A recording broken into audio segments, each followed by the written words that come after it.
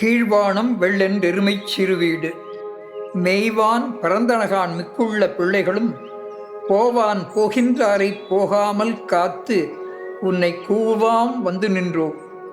கோது கலமுடைய பாவாய் எழுந்திராய் பாடிப் பறைகொண்டு மாவாய்ப் பிளந்தானை மல்லரை மாட்டிய தேவாதி தேவனை சென்று நாம் சேவித்தால் ஆ வா என்று ஆராய்ந்து அருளேலோர் எம் பாவாய். 8வது பாசுரம். கோதுகலமுடைய பாவாய், குதூகலம் மிகுந்த சந்தோஷமாக எல்லாரையும் நம்ம ஜாலியான்னு சொல்ல முடியாது, அந்த ஜாலியாக எல்லாரையும் கீப்பப் பண்ணக்கூடிய அந்த தொழியே எழுந்திராய் மாவாய் பிளந்தானை. மா என்றால் குதிரை என்ற ஒரு அர்த்தமும் உண்டு. அந்த குதிரையினுடைய முன்னால் போனதில் சொன்ன கேசவன் என்ற பெயர் வந்ததுக்கு ஒரு குதிரையை கேசி என்ற குதிரையை கொள்கிறார்.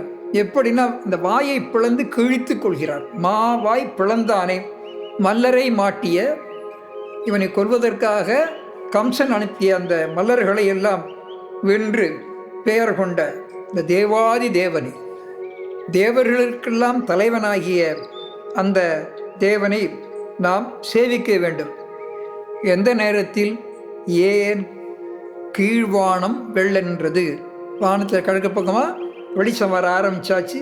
அதை பார்த்து எருமைகள் எல்லாம் மேயறதுக்காக சென்று கொண்டிருக்கின்றன. மிச்சம் இருக்கக்கூடிய பிள்ளைகள் எல்லாம் அங்கே இருக்க நம்ம தோழிகள்லாம் என்ன சொல்கிறாங்க, அவ்வாடு கடகா விடு, நம்மளாம் போய் பகவானை சேவிச்சிருவோம், வா வா அப்படின்னு எல்லாம் சொல்லும்போது கூட அவளெல்லாம் தடுத்து போகாமல் காத்து உன்னை கூவுவான் வந்து நின்றோம். உன்னை சத்தம் போட்டு கூப்பிடுறோம்.